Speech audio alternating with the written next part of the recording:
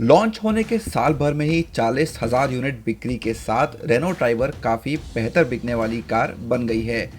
और मज़ेदार बात यह है कि ट्राइबर ने ये काम सिर्फ एक इंजन और एक गियरबॉक्स के साथ किया है, जबकि अन्य कारें कई इंजन और बहुत सारे ट्रांसमिशन विकल्पों के साथ बाजार में उपलब्ध हैं। लेकिन अब ट्राइबर को भी AMT या ऑटोमेटेड मैनुअल ट्रांसमिशन विकल्प के तौर पर दिया गया है। क्या ये बेहतर है? क्या ये कार को चलाने में ज़्यादा आरामदायक बनाता है? चलिए जानते हैं। अगर सीधे सरल शब्दों में कहें तो रेनो ट्राइबर जो है उसने कंपनी के लिए भारत में काफ़ी अच्छा किया है। और ये देखना बिल्कुल मुश्किल नहीं है, क्योंकि ट्राइबर जो है एक बहुत ही smart, spacious, compact people mover MPV है। जी हाँ, इसमें 7 जने बैठ सकते हैं काफ़ी आराम से। और ये जो AMT वर्जन है जो आज हमारे पास है, उसके आने के बाद हमें पूरी उम्मीद है कि ट्राइबर की जो सेल्स है वो भारत में और बढ़ने वाली है। ट्राइबर के साथ पहले जैसा 1 लीटर का 3 सिलेंडर पेट्रोल इंजन दिया गया है, जो 71 bhp ताकत 6,250 RPM पर हासिल करता है और 3,500 RPM पर 96 न्यूटन मीटर टॉर्क जनरेट करता है। रेनो का दावा है कि ट्राइबर AMT का माइलेज 18.29 किलोमीटर प्रति लीटर है, जो इसके मैनुअल वेरिएंट से थोड़ा कम है। और ये छोटा सा समझौता है। माइलेज में मामूली गिरावट के साथ अधिक आरामदायक ड्राइविंग पेश की गई है। 5 स्पीड AMT को छोड़कर ट्राइबर में बाकी सब पहले जैसा ही रखा गया है। जैसे कि ज़्यादातर AMT गाड़ियों में होता है, ट्राइबर में भी एक 5 स्पीड AMT यूनिट है। जो ड्राइविंग का अनुभव है, जो एक्सपीरियंस है, काफ़ी आरामदायक है। जो गियर शिफ्ट है वो भी काफ़ी स्मूथ है, लेकिन जो गियर शिफ्टिंग का प्रोसेस है वो थोड़ा स्लो है। यदि आप ट्रैफिक में शहर में चलाएं तो कोई दिक्कत नहीं आएगी आपको, लेकिन जैसे ही आप हाईवे पे चलाते हैं थोड़ी ज़्यादा स्पीड पे, और या तो आप शहर में चला रहे हैं लेकिन आपको एक व्हीकल को ओवरटेक करना है, सामने आपकी कोई गाड़ी जा रही है उसको ओवरटेक करना है, तो आपको वो सारे मैन्यूवर्स थोड़ा प्लान करके करना होगा।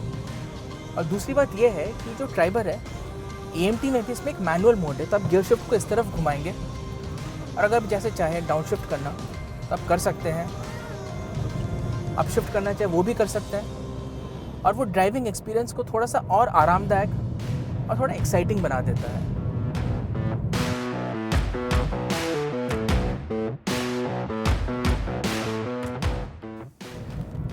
और अगर राइड क्वालिटी की बात करें तो काफ़ी आरामदायक है, उतनी ख़राब भी नहीं है। लेकिन हैंडलिंग जो है गाड़ी की, जो स्टीयरिंग से फीडबैक है, वो थोड़ी और बेहतर हो सकती थी।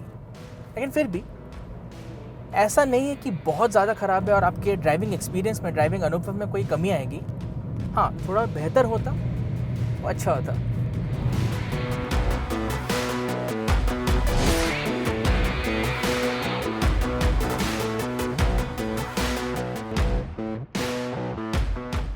मैनुअल वेरिएंट वाले फीचर ही ट्राइबर AMT के साथ भी दिए गए हैं।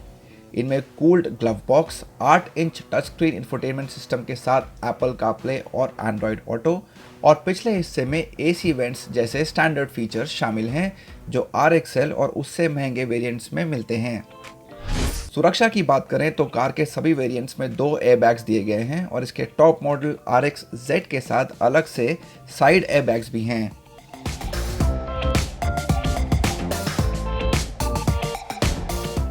मुकाबले की बात करें तो ट्राइबर AMT की टक्कर में Maruti Suzuki Swift, Hyundai grand i10 Nios और डैटसन की गो प्लस जैसी हैचबैक बाजार में मौजूद हैं। स्विफ्ट AGS की शुरुआती कीमत 6,66,000 रुपये है, जो 8,02,000 रुपये तक जाती है। Hyundai grand i10 Nios petrol को भी AMT वेरिएंट्स में लॉन्च किया गया है, जिसकी कीमत 6,45,000 रुपये से लेकर 7,79,000 रुपये तक जाती है। डैटसन गो प्लस CVT शायद ट्राइबर AMT का सबसे योग्य प्रतिद्वंदी है, जिसकी कीमत 6,70,000 रुपये से लेकर 6,90,000 रुपये तक रखी गई है।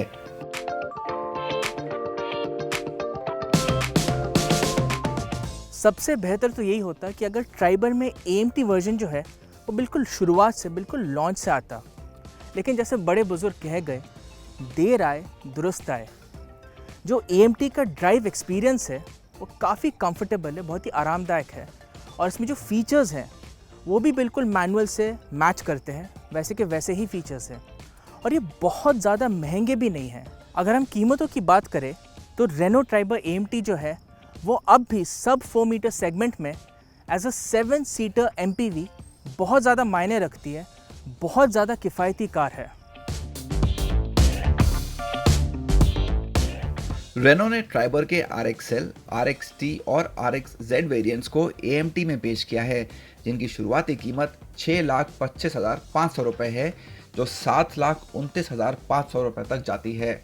ट्राइबर AMT इसके मैनुअल वेरिएंट्स के मुकाबले औसतन 40,000 रुपये महंगी है और जहां कीमत के इस अंतर को कम किया जा सकता था, वहीं ये बहुत बड़ा अंतर भी नहीं कहा जा सकता। रफ्तार रिबूटेड पे वक्त है एक छोटे से ब्रेक का। ब्रेक के बाद नई 2020 होंडा WRV की टेस्ट ड्राइव।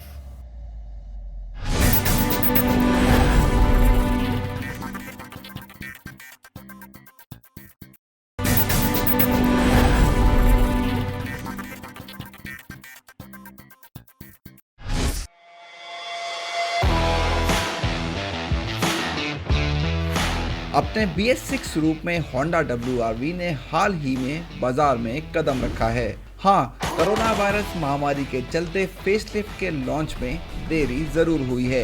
बेशक अपडेटेड इंजन है, लेकिन इस कार में बात करने के लिए इसके अलावा और बहुत कुछ है। इसमें फीचर्स भी हैं और डिजाइन भी। जैसा कि आप आमतौर पर एक फेसलिफ्ट से उम्मीद करते हैं, इस गाड़ी का फेस यानी कि चेहरा बिल्कुल बदल गया है। सबसे पहले बात करते हैं इसकी ग्रिल की, जो पहले से बिल्कुल अलग है, साइज़ में ज़्यादा बढ़ गई है और मेरे हिसाब से अब इस सेगमेंट को ज़्यादा सूट करती है। इसके अलावा गाड़ी में नए प्रोजेक्टर हेडलैम्प्स हैं और साथ में LED DRLs भी हैं, जो थोड़े छोटे हैं तो ढूंढने में थोड़ी मुश्किल उनको हो सकती है। साथ ही बम्पर और फॉग लैम्प्स भी गाड़ी में बिल्कुल नए हैं, तो एक काफ़ी नए एडिशन किए गए हैं जिसने इसका लुक पहले से बहुत बदल दिया है। 16 इंच के अलॉय व्हील अब स्टैंडर्ड हैं, जो कार में अच्छी तरह से फिट होते दिखते हैं।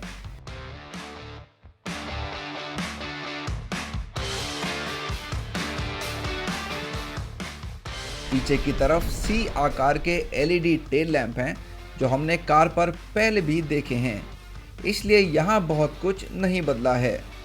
पहले की तरह ही 6 रंगों के विकल्प हैं और जो आप यहाँ देख रहे हैं उसे रेडिएंट रेड कहा गया है। बढ़िया होता अगर कार के साथ कुछ डुअल टोन विकल्प भी दिए जाते, लेकिन सबसे बड़ा परिवर्तन है कि WRV को अब मिले हैं BS6 इंजन।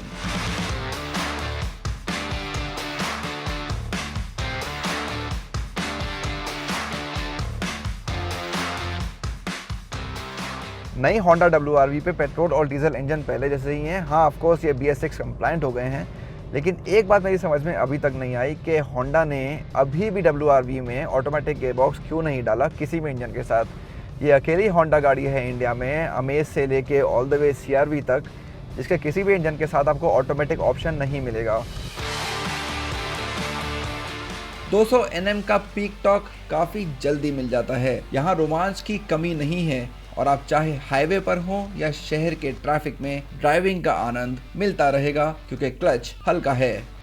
99 bhp इस प्रीमियम हैचबैक के लिए एक अच्छा आंकड़ा है और इसके साथ कार 1 लीटर डीजल में 23 किलोमीटर से ज़्यादा चल जाती है, जो कई प्रीमियम हैचबैक और यहाँ तक के कुछ सब कॉम्पैक्ट सेडान के लिए भी शर्म की बात है।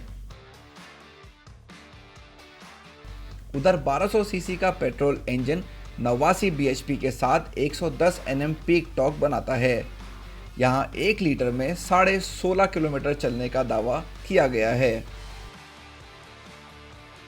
बात करते हैं राइड और हैंडलिंग की, कितनी आरामदायक सवारी है और कितनी लग के चलती है गाड़ी सड़क पर। तो इसको कंपेयर करें अगर आप प्री फेसलिफ्ट कार से, तो कुछ खास फ़र्क नहीं है और कोई शिकायत का मौका भी नहीं मिलेगा, क्योंकि पहले दिन से इस गाड़ी का ये फीचर बहुत अच्छा था।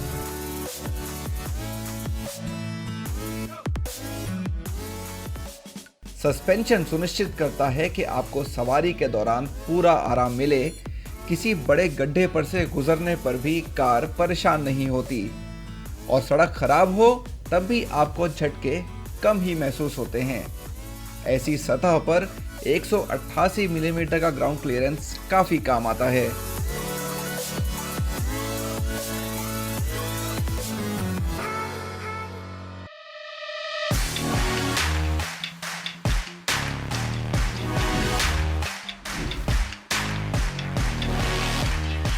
चलिए अब बात करते हैं फीचर्स की। इलेक्ट्रिक सनरूफ इस कार की कामयाबी की एक बड़ी वजह रहा है और होंडा उम्मीद कर रहा होगा कि ये ग्राहकों को आकर्षित करता रहेगा। इसके अलावा एक नया 7 इंच का टच स्क्रीन इंफोटेनमेंट सिस्टम या डिजिपैड 2.0 लगाया गया है जो हर वेरिएंट में मिलेगा।